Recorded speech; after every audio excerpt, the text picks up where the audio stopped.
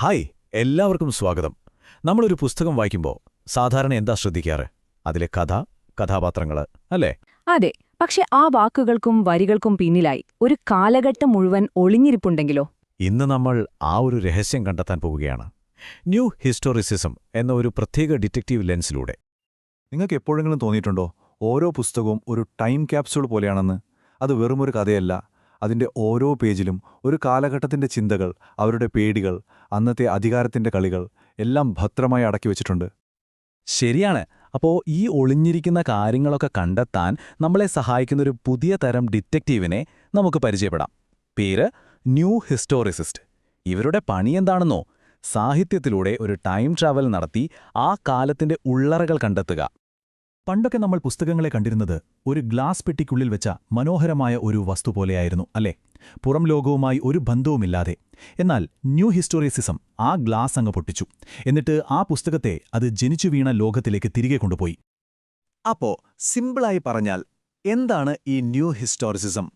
ഒരു സാഹിത്യകൃതിയെ അതിന്റെ കാലഘട്ടത്തിലെ ചരിത്രം, സംസ്കാരം, അധികാരഘടനകൾ എന്നിവയുമായി ബന്ധിപ്പിച്ച് പഠിക്കുന്ന ഒരു രീതിയാണിത്. അതായത് ഒരു പുസ്തകം ഒരു കണ്ണാടി പോലെയാണ്.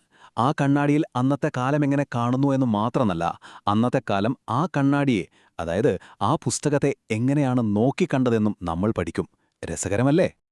പക്ഷേ ഒരു പ്രശ്നമുണ്ട്. നമ്മുടെ ഈ ഡിറ്റക്റ്റീവുകളുണ്ടല്ലോ, അവർ ചരിത്രത്തെ അപ്പാടെ അങ്ങ് വിശ്വസിക്കില്ല. കാരണം ന്യൂ ഹിസ്റ്റോറിസിസത്തിന്റെ ഒരു പ്രധാനപ്പെട്ട ആശയം തന്നെ ചരിത്രം എന്ന് പറയുന്നത് ഒരൊറ്റ സത്യമല്ല എന്നുള്ളതാണ്. ഹോ, ഇത് കേൾക്കുമ്പോൾ തന്നെ നമ്മുടെ സ്കൂളിലെ ഹിസ്റ്ററി ക്ലാസ് ഓർമ്മ വരുന്നു, അല്ലേ? ഇതിനർത്ഥം എന്താണെന്ന് വെച്ചാൽ, നമ്മൾ പഠിക്കുന്ന ചരിത്രം പോലും ഒരു തരം കഥ പറച്ചിലാണ്. അതെഴുതിയ ആള് ആരാണോ അവരുടെ കാഴ്ചപ്പാടിലൂടെ നമ്മൾ കാണുന്നൊരു വേർഷൻ മാത്രം. എക്സാക്ട്ലി. അതുകൊണ്ട് തന്നെ നമ്മുടെ ഡിറ്റക്റ്റീവുകൾ പഴയ ചരിത്രരേഖകളെ ഒരു തെളിവ് പോലെയാണ് കാണുന്നത്, വെറും ഫാക്ട്സായിട്ടല്ല. ഓരോ രേഖയ്ക്ക് പിന്നിലും ഒരു കഥയുണ്ടാകാം, ഒരുപക്ഷെ ചില മുൻവിധികളുണ്ടാകാം. ഒന്നും 100% ഒബ്ജക്റ്റീവ് അല്ല. ഓക്കെ, അപ്പോൾ ഈ അടിപൊളി ഡിറ്റക്റ്റീവ് ഏജൻസി ആരാണ് തുടങ്ങിയത്? സാഹിത്യപഠനത്തിൽ ഈയൊരു പുതിയ ചിന്താരീതിക്ക് തുടക്കമിട്ട ചില പ്രധാനികളെ നമുക്ക് പെട്ടെന്നൊന്ന് പരിചയപ്പെടാം. ഏകദേശം 1980കളിലാണ് ഈയൊരു മൂവ്മെന്റ് ശക്തിപ്പെടുന്നത്. സ്റ്റീവൻ ഗ്രീൻബ്ലാറ്റാണ് ഇതിലെ ഒരു പ്രധാനി. അദ്ദേഹത്തിന്റെ ഒരു കിടിലൻ ഐഡിയയാണ് സർക്കുലേഷൻ ഓഫ് സോഷ്യൽ എനർജി. ഒരു minute, circulation of social energy കേട്ടിട്ടെന്തോ ഫിസിക്സ് ക്ലാസ് പോലുണ്ടല്ലോ. സംഭവം എന്താണെന്ന് കുറച്ചുകൂടി സിമ്പിളായി പറയാമോ? പറയാം, വളരെ സിമ്പിളാണ്. ഒരു സമൂഹത്തിലെ ആശയങ്ങളും ഊർജവുമൊക്കെ പുസ്തകങ്ങളിലേക്ക് ഒഴുകിയെത്തുന്നു. അതുപോലെ പുസ്തകങ്ങളിലെ ആശയങ്ങൾ തിരിച്ച് സമൂഹത്തിലേക്കും ഒഴുകുന്നു. ഒരു കൊടുക്കൽ വാങ്ങൽ, എ ടു വേ സ്ട്രീറ്റ്, അത്രയുള്ളൂ. ശരി, ഇനി നമ്മുടെ ഈ ഡിറ്റക്റ്റീവ് എങ്ങനെയാണ് കേസ് അന്വേഷിക്കുന്നത്, അതായത് തെളിവുകൾ ശേഖരിക്കുന്നത് എന്ന് നോക്കാം. വെറുതെ പുസ്തകം മാത്രം വായിച്ചാൽ പോരാ, ആ കാലഘട്ടത്തിലെ മറ്റു പല കാര്യങ്ങളും നമ്മൾ പരിശോധിക്കേണ്ടി വരും. വാവ്, ഇത് ശരിക്കും ഒരു ക്രൈം ഇൻവെസ്റ്റിഗേഷൻ പോലെയാണല്ലോ. സ്റ്റെപ്പ് 1, നമ്മുടെ കയ്യിലെ പ്രധാന തെളിവ്, അതായത് സാഹിത്യകൃതി. സ്റ്റെപ്പ് 2, സാക്ഷിമൊഴികൾ ശേഖരിക്കുക. എന്നുവെച്ചാൽ അന്നത്തെ കാലത്തെ കത്തുകൾ, ഡയറി കുറിപ്പുകൾ, പത്രവാർത്തകൾ, നിയമങ്ങൾ, എന്തിനേറെ ഒരു മെഡിക്കൽ റിപ്പോർട്ട് പോലും ഒരു തെളിവാണ്.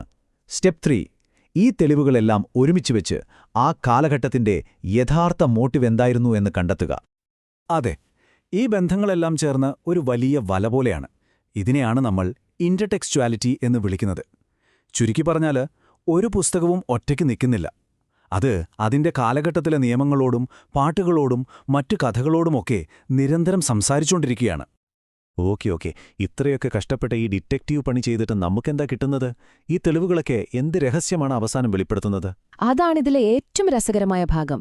ഈ ഒരു രീതിയിലൂടെ ഒരു പുസ്തകം വായിക്കുമ്പോൾ നമുക്ക് ആ കാലഘട്ടത്തിന്റെ ഒരു എക്സ്റേ കിട്ടിയതുപോലെയാണ്. അവരുടെ അധികാരഘടനകൾ, സാമൂഹിക വിശ്വാസങ്ങൾ, എന്തിനധികം അവരുടെ ഉള്ളിലെ സ്വപ്നങ്ങളും പേടികളും വരെ നമുക്ക് കാണാൻ പറ്റും. ഈ സ്ലൈഡിലേക്കൊന്ന് നോക്കൂ. Power, gender and race, ideology പോലുള്ള വലിയ വിഷയങ്ങൾ പുസ്തകങ്ങളിൽ എങ്ങനെയാണ് ഒളിപ്പിച്ചു വെച്ചിരിക്കുന്നത് എന്ന് ഈ രീതിയിലൂടെ നമുക്ക് കണ്ടെത്താം. ഉദാഹരണത്തിന്, ഷേക്സ്പിയറിന്റെ ദ ടെംപെസ്റ്റ് വായിക്കുമ്പോൾ അത് വെറുമൊരു മാന്ത്രിക കഥയല്ലാതായി മാറും.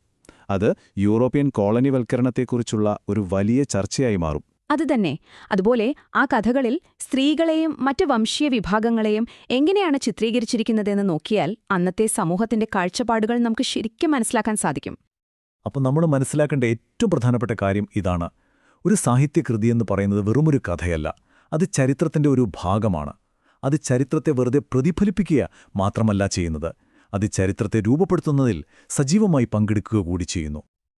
അപ്പോൾ ഈ വിവരണം നിങ്ങൾക്ക് ഉപകാരപ്പെട്ടു എന്ന് കരുതുന്നു. ഇനി നിങ്ങൾ നിങ്ങളുടെ ബുക്ക് ഷെൽഫിലെ ഇഷ്ടപ്പെട്ട പുസ്തകം കയ്യിലെടുക്കുമ്പോൾ ഒരു പുതിയ കണ്ണോടെ അതിനെ നോക്കണം. ഒരു ഡിറ്റക്റ്റീവായി മാറുക, എന്നിട്ട് സ്വയം ചോദിക്കുക, ഈ പുസ്തകത്തിനുള്ളിൽ ഏത് കാലമാണ് ഒളിഞ്ഞിരിക്കുന്നത്?